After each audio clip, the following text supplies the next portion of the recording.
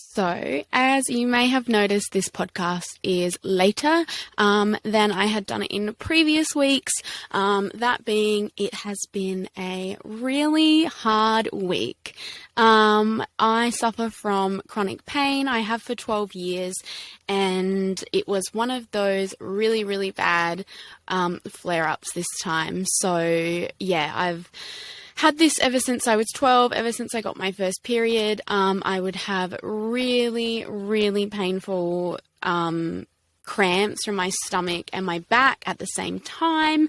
And I think the easiest way to make it relatable is it's similar to endometriosis pain, similar to PCOS pain. Yeah, it's, if you're a girl, you know what I mean, and it freaking sucks. And so I was suffering from that Monday through to about Wednesday, and that just makes me really, really slow, really just not in a creative space to want to sit here and just not my best self. But I am really fortunate in that I'm not the only one, well, don't know if this is fortunate, but the reason being is fortunate, but I am not the only one in my family who suffers from chronic pain. My mum suffers incredibly terrible chronic pain every day. So mine is honestly only a couple days a month, but my mum suffers every day, and so does my grandfather. So, and his pain is, every day. It's constant. It's nerve pain, which if anyone's have nerve pain, you know that is, oh my gosh, so painful. It does not get worse than that. So the fortunate side of all of this is that, my family are very, very aware of chronic pain and invisible illness. So it is really nice to be seen and validated and just be in a environment where it's, well, you're seen for your pain, basically, because when it is invisible, it's very easy for people to just look at you and be like, what pain? Like, I can't see anything, and really invalidate that experience, which hasn't happened from family, but it has happened in the workplace. And it is something that is hard to bring up in the workplace, especially when, for some flippin' reason, periods are taboo. So for me, in the past, not only did I have to get the courage to say that it was for my period when I actually hadn't a lot of times, and really just said that it was back pain or stomach pain and those sorts of things. So even that is a problem in itself, but so thankful to be somewhere where I am seen for my chronic pain, and I'm in a position where I can, if I get the pain, I can just go lay down and do my thing, have my medicine.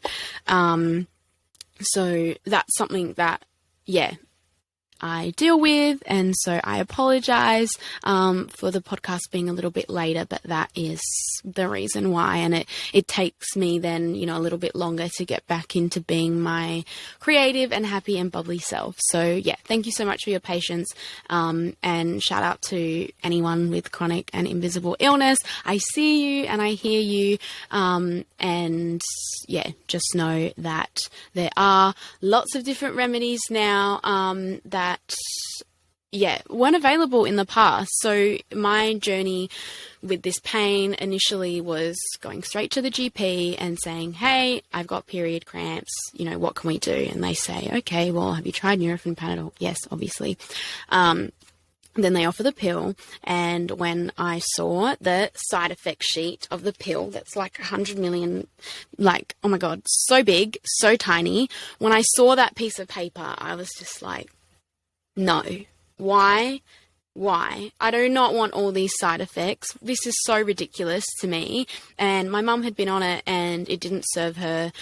So I've just had evidence of it not working. And to be honest, it's a Band-Aid solution. It doesn't target the actual pain. It is just slapping a Band-Aid over it. And I think a lot of people with pain can relate to this. When you have pain that you're used to, it's it is safer to choose the pain that you're used to than to take the risk of a new medication and to say, all right, well, this might alleviate my period cramps, but now I could be dealing with something else that I haven't gained any wisdom about and will have no idea how to tackle. So yeah, pill was ruled out for me. And obviously it was something every month I kept thinking, should I do this? Should I do this? So I've thought about it every month for 12 years. Well, less than, because I've made the decision that I won't be going on it. So that's really hard, because as soon as you say no to a GP, obviously not all GPs, but in my experience, every GP I went to and I said no to the pill, I was just looked at like, well, too bad, that's on you. You're going to be in pain because of your own choices. So that's really hard to deal with as a teenager, amongst everything else that's going on as a teenager. So, and the other medications that were offered were naprogesic, and mefenamic acid, or naprogesic being the brand, but there's, whatever that chemical is.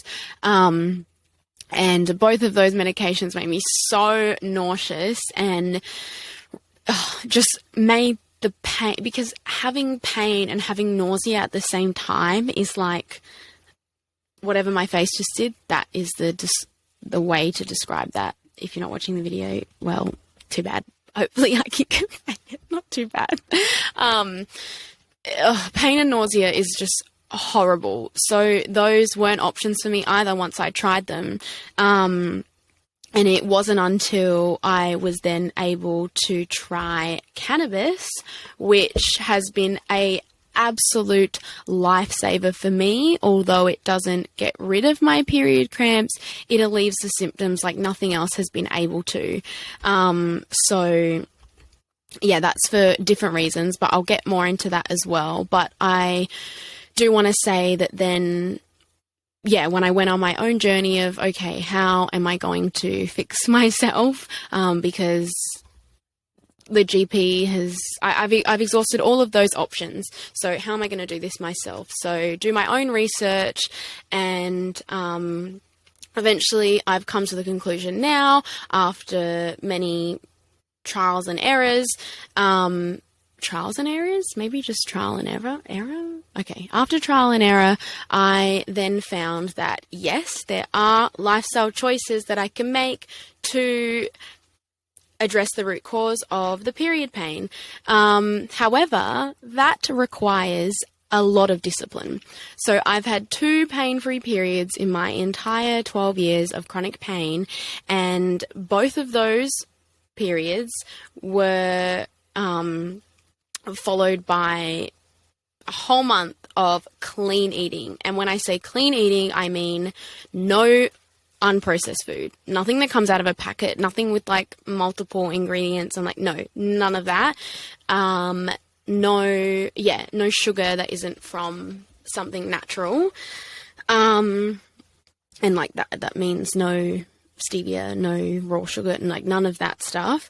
Dairy, which, if you know me, you know this has been the hardest one, because I am French, so cheese runs through my veins, but for some reason another part of my body disagrees with that, so can't have dairy. So yep, whole month, no dairy, no sugar, no processed foods, and no alcohol. So all of these things together inflame the body. There's a lot of research around it. Inflame the body in many different ways, but for me, yeah, I found that it inflamed, I guess, my ovaries, or just that area within my body. And so when I took all those things out of my diet, then I had pain-free periods. But far out, they were such disciplined months that involved, having an exercise regime and doing all the things. And yeah, if you've been on a health journey, you know what all the things are and how much that takes up in your life. Like, it becomes, like, if you're doing it properly and you've had chronic pain or really serious health issues, it becomes your life. And when you have other things going on, it is really, really difficult. So, yeah, although there is a way for me to be pain-free, it just doesn't work in my current lifestyle. I am a human who wants to eat dairy, who wants to have, a lolly, God forbid, and wants to have the freedom to be able to eat certain foods. So I know that the highest version of myself does follow a really, really good regime and eats really good and does all the things and eats fruits and vegetables, and that's the main focus. But unfortunately, and the other thing was animal products, so that also can cause inflammation in the body. So they were months where I was either not eating animal products, or one of them I was having just as clean as I could, so organic meat and the highest star rating, blah blah blah. So it's a lot, which is then why I have pain, because it's really hard to do these things. So thank goodness for medical cannabis. So I was using cannabis when I wasn't prescribed, because that was the only thing that would alleviate my pain. The only thing. And it didn't come with, a big flippin' tiny size, 8 font side effects. I know what the side effects are. I was familiar with them, and honestly, the worst of them was falling asleep and eating too much. And for someone who has insomnia, that's amazing. And for someone who doesn't have the best, eating schedule all the time, it is really, really helpful for when I can't eat and I know that I need to. So I want to get a little bit into the components of it and a little bit into the science. Not much, because you have the internet at your fingertips, so you can look up whatever you want. But I want to share, from my perspective and how it's helped me, and the evidence that I've gained has been from my own experience and, online and other people, because there isn't heaps of research, unfortunately, because it's been illegal for a very long time, but we are getting there, which is really, really exciting. So first off, cannabis is made up of 2 main components. We have THC and then we have CBD. So the THC side is probably the part that most people know as the psychoactive component of weed. So that's the part where you feel high, you feel blazed, you feel zooted, whatever you want to call it. That's the part that is, I think, for a lot of people, the part that induces the paranoia and the anxiety when they have cannabis and it doesn't agree with them. So the good news is that you don't have to have that paranoia experience, that anxiety experience, if you've had that in the past, if you're having just CBD. So the CBD component is not psychoactive, so you don't you're not high, right? You can do this, and I've had this at work for my anxiety. I have it just if I'm walking around in the shops and I'm I hate this experience, I'll have some of my drops. So it does reduce pain, and there is research that shows that it does reduce inflammation. And even in mice, they had conducted studies where they'd given the mice CBD and actually shrunk cancerous tumours. So that is amazing research. There isn't much yet on humans. It's probably all happening right now, but from what I've seen published, there isn't heaps and heaps of research, but there are so many users on this earth that can tell you the benefits. The CBD for the pain is really helpful in reducing the pain from the source. So that's why topically it works really well too, because you're applying it to the part that's painful, and then it seeps in through your cells and does the work. The THC component, so the psychoactive component, reduces not necessarily the pain itself, but the experience of the pain, which makes sense, because if you're vibing and you're having a good time and eating snacks, you're going to be thinking about the pain less, but it is still there. So that's one thing when I say that it alleviates the symptoms. I will be in a world of pain, but it won't be so bad because, you know, for example, I was watching Minions Rise of Gru on Netflix the other day, and, you know, I was still in heaps of pain, but it was still really funny and helped with the overall experience. But then again, I have applied this topically to my back and my stomach, and it worked that way too. So there's so much on this, and it really, really does go quite deep. And I love getting to it on, you know, on that cellular level and seeing how the cannabinoid receptors respond. It's incredible. But yeah, there's loads of research on that if you want to look up. And go deeper into that. But yeah, basically THC psychoactive reduces the experience of the pain.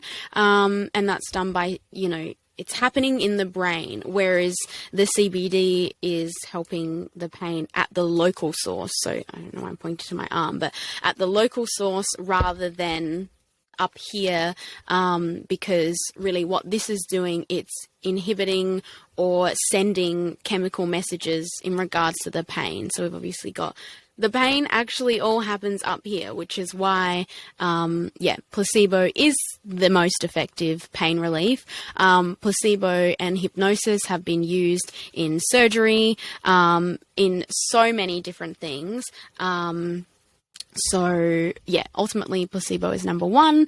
Any excuse for me to talk about Dr. Joe Dispenza, You Are the Placebo, is my favourite book ever. I think I referenced it in the episode 2.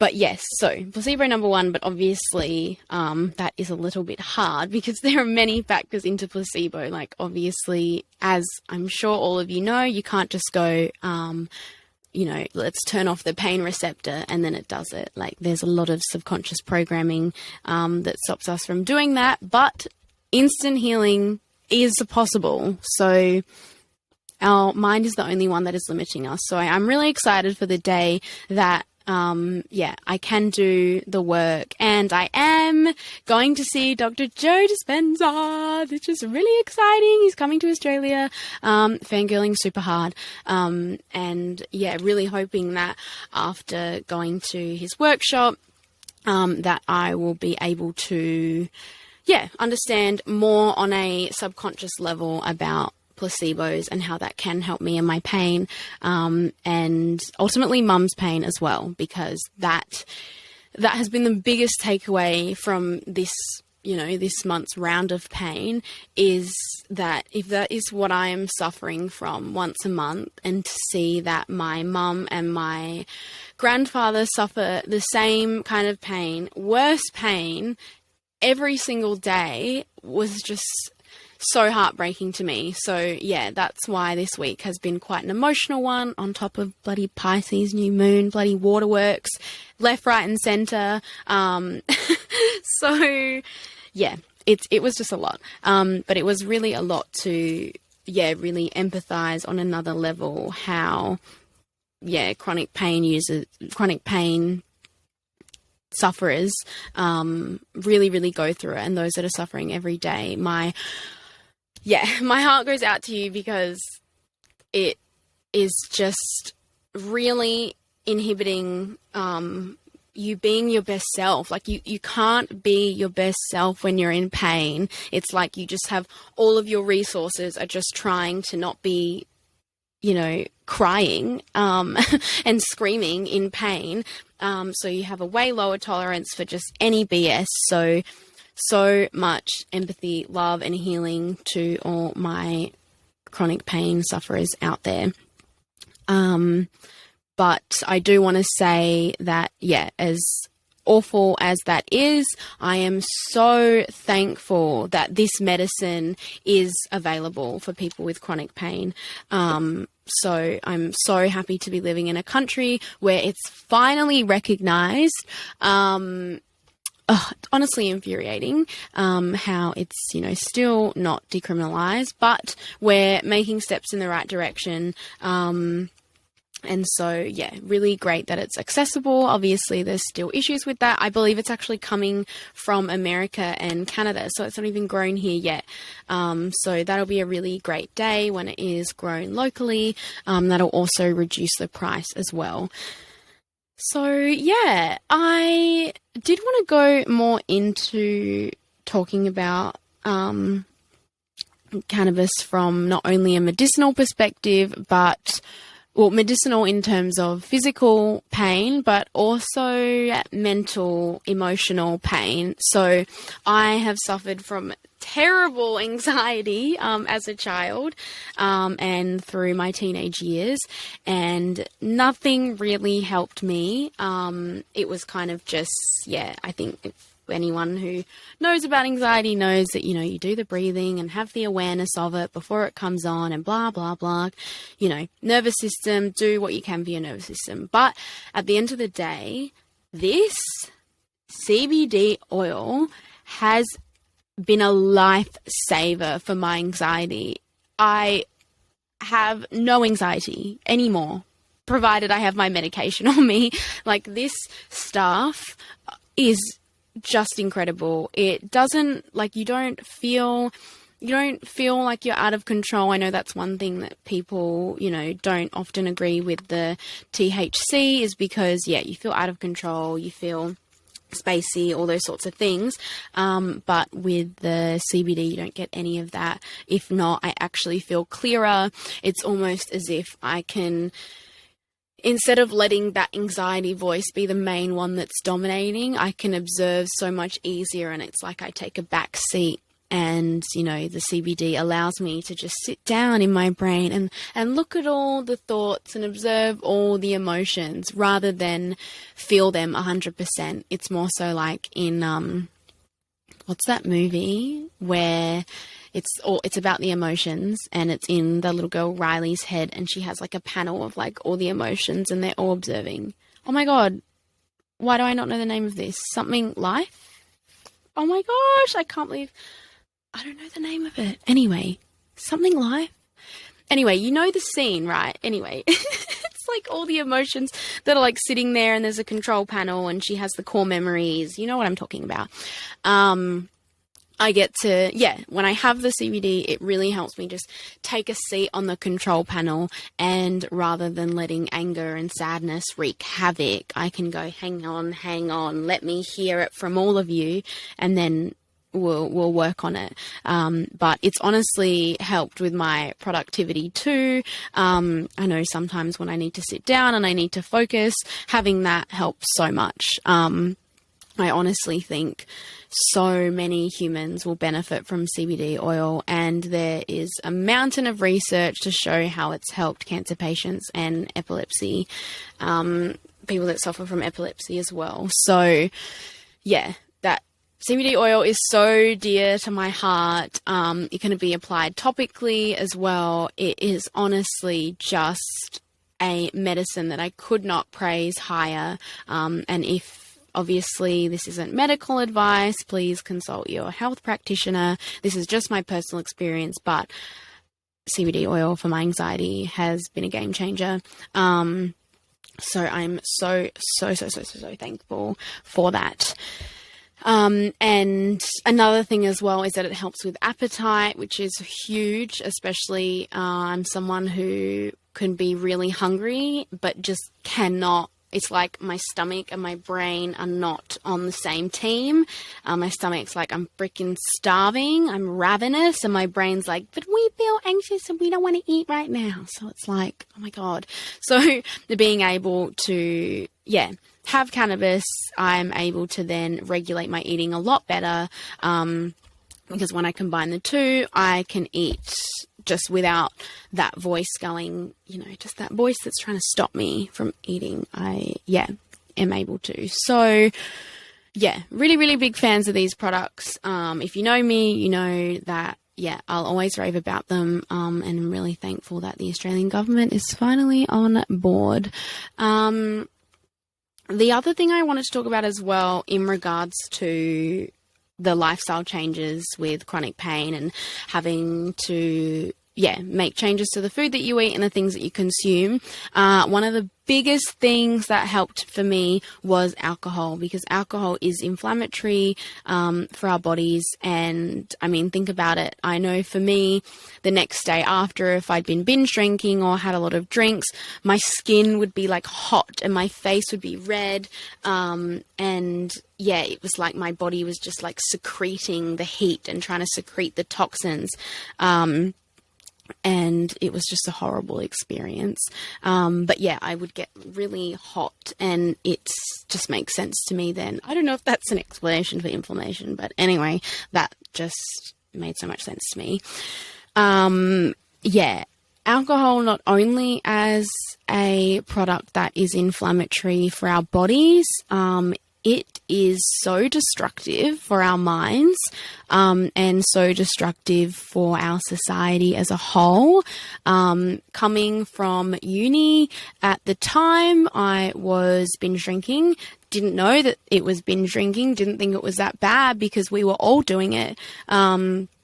So pretty much without fail for 2 years, give or take a few given exams and holidays and whatever, binge drinking every Thursday and Saturday night is not healthy. And it's pretty obvious that it's not healthy because you wake up the next morning and you feel like crap. Surprise. Not. And you just don't have the same cognitive function and bodily function as you would if you didn't consume that. So yeah, alcohol has been a really, really hard journey for me because it just dove straight into binge drinking from uni. And then that continued out of uni just because that was just what was happening. Like my friends were doing it, everybody else, in that wider circle was doing it. It is what it is, or it was what it was. And I kept having this repeating cycle of, waking up and going, I feel like crap. Why am I doing this? And then to eventually, having, I think everyone has ever drunk alcohol and had, a night where they've just not been themselves and got taken it too far. And that for me, there's like a couple of those nights, and they're so pivotal for my alcohol journey. So I remember one of them in uni, the first time I ever got blackout drunk, and did stupid things that I just wish I never did, the highest version of myself would never do. And you wake up the next morning and you reflect. And there's so much power in that reflection because you're either going to do it again or you're going to break the cycle. And for the first time, I did it again, and then did it again. And then it probably wasn't until I don't even know. This has been a journey that's gone on for about 6 years now. So for, 6 years, or probably 5, because I stopped drinking lots 2 years ago, a year ago, 2 years ago, 1 year ago. And it's just in that, next reflection where you wake up and you hate yourself and you whatever, and anxiety and blah, what did I do? Can't remember. You have the power to break that cycle immediately. So I'm not saying you need to quit alcohol because you had one bad night and you made a mistake. You can do that if you want, and round of applause if you do, because that's some serious discipline, and I respect that. But it just means that you need to have an awareness around it, and then you can do little things to change it. So I had wanted to stop drinking for a really long time, but the environment that I was in, it was just too hard. So I continued. Pick your poison. I was obviously just dealing with the fact that the next day I felt like crap, and I knew it was bad for my physical and mental health, but did it anyway.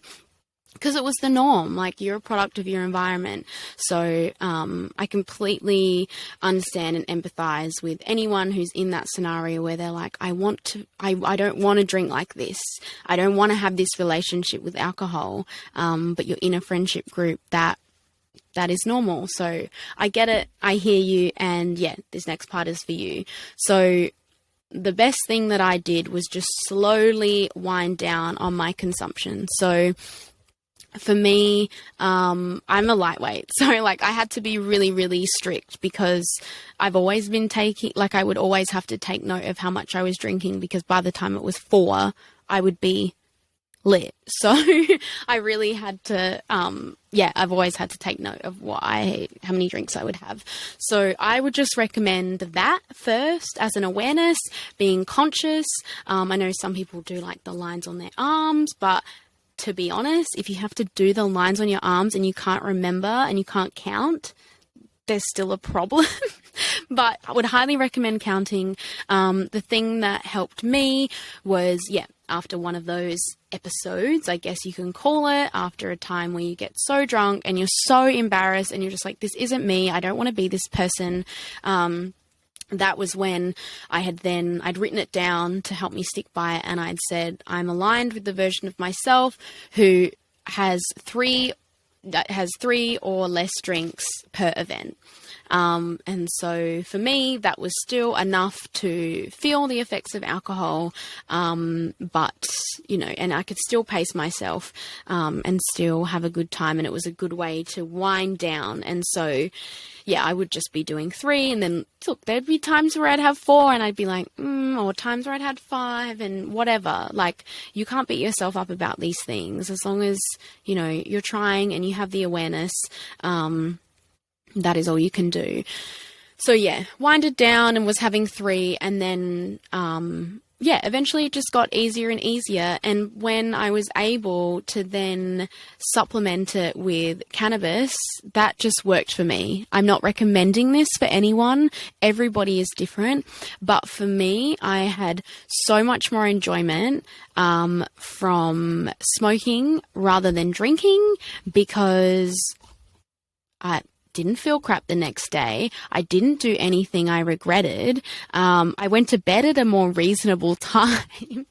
And so, yes, I'm sure I sound like a grandma, but just for me, that is what is aligned to the highest version of myself. And okay, the highest version of myself is completely clean. Obviously, the ultimate goal is to be so in love with life, sober all the time, but we're humans, and I personally believe that cannabis was put here on earth from God to help us get through this experience. Because, fun fact, actually not so fun, the earth is the densest planet in the solar system. That is a fact. That was on like some, I don't know, what are those like game shows where they have the 4, I don't know, hot seat or something like that. I don't know. But it is the densest planet in the solar system. And no shit when you think about it, because you're like, this place is brutal. It can be so brutal, but it is also beautiful. And I believe that Mama Ganja was put here to show us the beauty, to show us that life is actually beautiful, and that the simpler, sometimes the better. Sometimes we overcomplicate things. Sometimes, a lot of the time. So cannabis has honestly helped me take a step back in my brain and observe what's going on, and be an observer rather than be so involved. Because with anxiety, I just felt like I was in this tornado and I couldn't get out. But being able to use cannabis consciously and intentionally, I could step outside of that and see the beauty in the world and the simplicity in so many things. But with that, I, once again want to say that everybody is different. But personally, for me, flower works much better than alcohol, and it is what it is. And I'm someone who is obviously very connected to Mother Earth. So it just has that extra spiritual meaning for me to be able to have something that was grown out of the ground, which is another reason why I'm even more stoked about the medical cannabis, is because it's actually grown intentionally and grown consciously as a medicine. as with plants, just a regular house plant, the environment that it's in, the things that you say to it, this is all science. You can look it up. Look up the Japanese water experiment, where Dr. Emoto basically showed how saying different things to water changes the chemical composition of it. So that's one really good hack. Is I know some people put they write on their water bottle or write rich bitch juice or something, and write affirmations on there, because water can change at a molecular level with these affirmations. So this isn't BS. Look it up. I don't know where I was going with that, to be honest. Oh yes, I do now. So the difference between, someone potentially growing just weed in their backyard or under lights and stuff, and they're selling it on the street. Props to you, because you're still providing a medicine. That's really the only props, because it isn't grown with the same intention. And yes, there may be people that grow it outside, of course, and that is so beautiful, and grow it with the intention and really love and care for it. But this was grown for the purpose of being medicine. So that really changes the intention of the plant, rather than it just being, oh, sorry for whacking the mic, rather than it just being, I call it street weed, which makes it sound like crap. And it's not what I mean. But there is a really big difference between the two. And it comes down to the intention. It comes down to the way that it was grown. Like this, I know how it was grown. Something that comes in a Ziploc bag, you've got no idea. No idea. You don't know how many lines it's been down. I go to the chemist to pick up. If that ain't goals, I don't know what is. So, yeah, there's definitely intention around this practice. It's a medicine. It's sacred. You need to have an intention. And that's where cannabis does get abused, where there's a lack of intention, because you can't, and this is what I wanted to elaborate on with the anxiety. It's not about, oh my God, I'm so anxious. Let me have some right now, because, okay, yes, for the CBD, I do that, but different story for the THC. The intention is really important, because if you aren't conscious about your use and you're not intentional about it, then that's how it gets abused. Because cannabis isn't abused necessarily. It's not a physical dependence. You can still have withdrawals when you have a break, but I can guarantee from my own personal experience, the withdrawals when you're having the medicine, with the intention to escape, the withdrawals are heavy. They're hard. They're harsh. They're really, really hard to get through. But you don't, in my experience, I haven't had really serious withdrawals, when I'm using the medicine intentionally. So big difference there. But having it to escape, or having it immediately, if something bad happens, and just going to smoke immediately, or have the THC drops immediately, is not intentional. You really, to get the best out of this medicine, you need to process as much as you can sober, with more cognitive function. So, for example, you have a fight or a disagreement with someone, and you go back to your room or whatever, and you think, oh, F that, blah, blah, blah, blah, blah, I'm just going to spark up.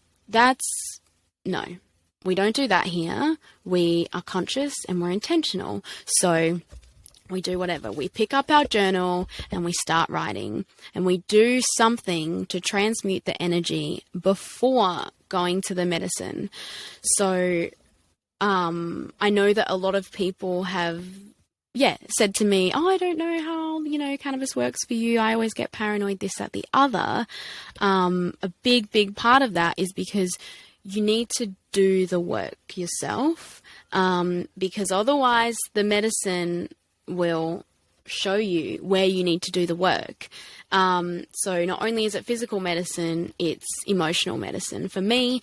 So yes, you need to process your emotions first before reaching for the flour or the oils or whatever. So that's really the message that I want to emphasize, because pick up your journal, go sit with your eyes closed and your legs crossed or something, meditate, journal, go for a run, go spend time with your pet, or, younger femme, something that will transmute the emotion. I don't know, have a dance, light a candle. I can talk forever about different things that you can use to transmute, so happy to talk about that in the next episode or episodes coming. But yeah, the message here is to transmute first. Do the work first. You cannot run from yourself. If you try to, it's going to catch up on you.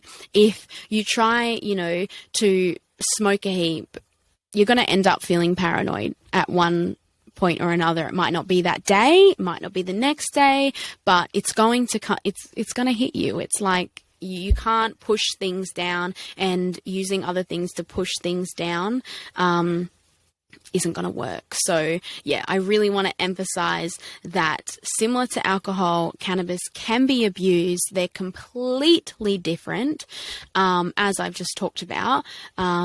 But yeah, you need to be intentional. And that's something else with alcohol is I'm not against people drinking alcohol. I'm not going to see you with a glass of wine or a vodka Red Bull and be like, rah, rah. No, I would never do that.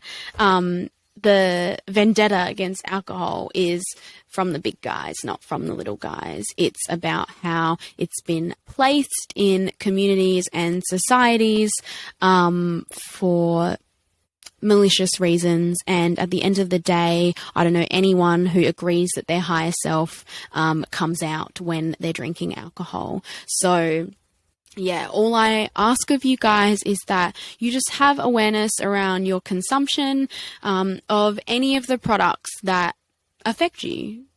Any drugs. I'm talking coffee, I'm talking alcohol, I'm talking cannabis. I mean, it could even be talking sugar at this point. With anything, you need to be conscious. You need to ask yourself, am I doing this to run from something? Is there something that I'm trying to hide? Because it's textbook, right? I know for guys, and not all of you guys, obviously, but I know that there is this toxic culture where they go through a breakup, and what's the first thing you do? You go to the pub. I'm sorry, but that's just the stupidest thing you could do. Like, no. I get if you're going to the pub and having a few beers and talking it over and that helps you open up a bit. Yes, I understand that for sure. But one, you shouldn't have to rely on a product to open up. I would really encourage that you open up to yourself sober, so that then you have the confidence to do that with others once you feel safe. But yeah, I'm talking more so when people go out and get drunk and go clubbing and go whatever the night that they've just had a breakup. That is not my advice. That is the opposite of my advice. My advice would be to pick your safest friend or safest family member, whoever that is, and get, comfort things, whatever that is, blankets, teddies, candles, movies, music, whatever. Transmute as much as you can with them, talk through what you can with them sober, and then if you would like to engage in something else, sure, as long as the intention is still there. I don't think it's a great idea to go out and be around people. I think it's much safer to stay at home when you're going through a breakup. I've really just gone all over the place here, but what did you expect anyway? So yeah, if the intention, if you have, movies or whatever, and you said, okay, I'm gonna smoke now, that's fine, provided the intention is to not avoid the breakup. You're not running from the feelings. If you're in you want to be with a friend, same with alcohol. You want to be with a friend that you can open up to regardless of your state. So yeah, I would really ask you to also reflect on, when do you feel your higher self? What substance does that involve, if anything? Or not even necessarily your higher self, because I see like my higher self, I realize I'm saying higher self, but I do mean the best version of myself. I see the very best version of myself. Total alignment is, clean and just like spends, every day just in awe of life, regardless of substance, right? That's ultimately the goal. But we're humans. So then for me, that next highest version of myself is being intentional with my medicine, not having alcohol, and eating really good, for example. So yeah, I would ask you to reflect on what is the highest version of yourself. Like if, alcohol didn't exist or alcohol wasn't a thing in your friendship group, would you drink it? So yeah, definitely just start to have more awareness around that, and be more conscious around your habits. And I also want to throw in there, if you decide that alcohol isn't aligned with the highest version of yourself, or any substance, this could also be the same with cannabis. If you decide a substance is not aligned with the highest version of yourself, and your friend, and you explain that's why to your friends, and they are annoyed at you because now you don't want to party with them like you used to, or the old Bella would, blah, blah, blah, the old blah. Is that a good friend? Because for me, a really good friend is one that supports me, and when I am shining, they are shining, and when they are shining, I am shining, and someone that supports whatever it is that you want to do. If your heart's desire is to not drink alcohol anymore and attend things sober, and your friends have a problem with that, are they really your friends? Just think about it. Just think about it. I'm sorry to drop these bombs, but it's the reality. And if you look at it from a perspective of self-love, it can be really different, and it can be a lot easier to confront that, because I know that it is so scary to confront the fact that the people that you're surrounded with might not be the people that support your best interests. And it is hard, but with enough self-love, you can realize that being without those friends is actually going to mean you're bettering yourself, and you can focus on the things that bring you to the highest version of yourself, you will attract the right people. Simple as this. Say you love yoga, but your friends think yoga's stupid. Whatever. Okay. Bit of a strong opinion to think that's stupid, but whatever. Okay, dokay. So you decide, oh, well, my friends don't like yoga, so I'm just not going to go to yoga. No, not an option.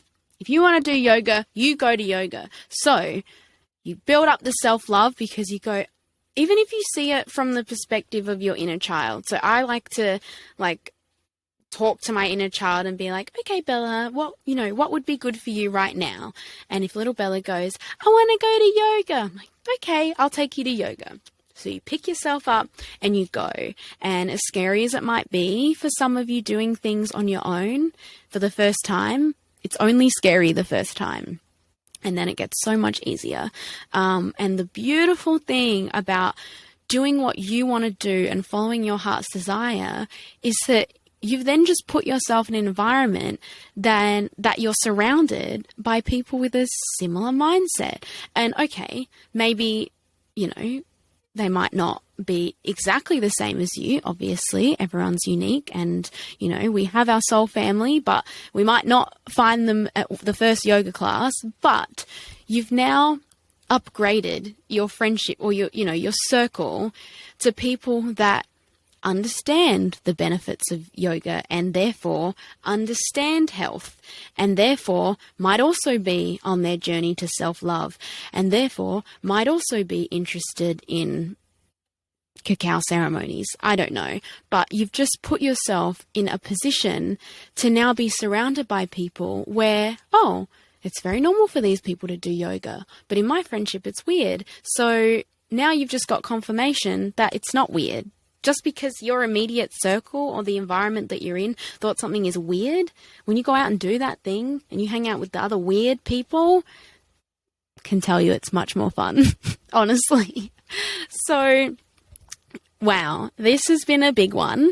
And I, have honestly this is just what I wanted to talk about today. The, chronic pain thing has I guess been really, really hard in my journey. So I'm really thankful that I have a space to share that, a safe space, and to be heard and to hopefully then, show that anyone else in these similar positions, you are seen. I do hear you. I see you.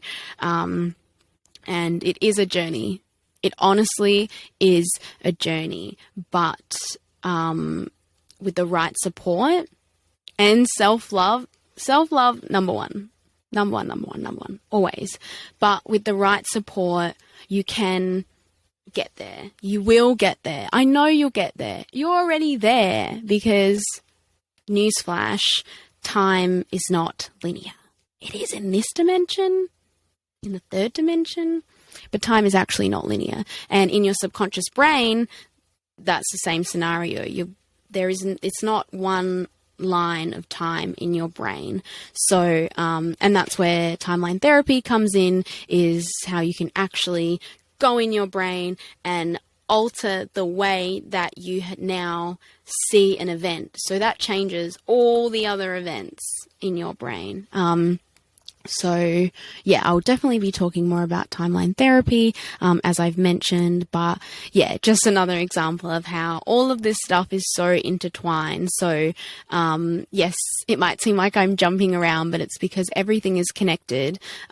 Everything plays a role, that everything is there are so many factors for everything. Nothing is black and white. Everything is gray.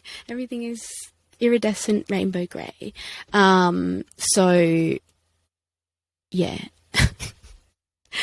Thank you guys so much for being here, and for, giving me a space to talk about this. I love you all so much, and I thank you so much for your patience on this one. And as always, let me know if there was anything in here you want me to expand on. But otherwise, I hope you have a magical day or evening or night, whatever time it is for you. And continue to choose yourself, always, because no matter what anyone says, nothing is compared to your own intuition. So trust yourself, follow your gut, follow your heart, and I will see you in the next episode, my darling angels. I love you. Mwah.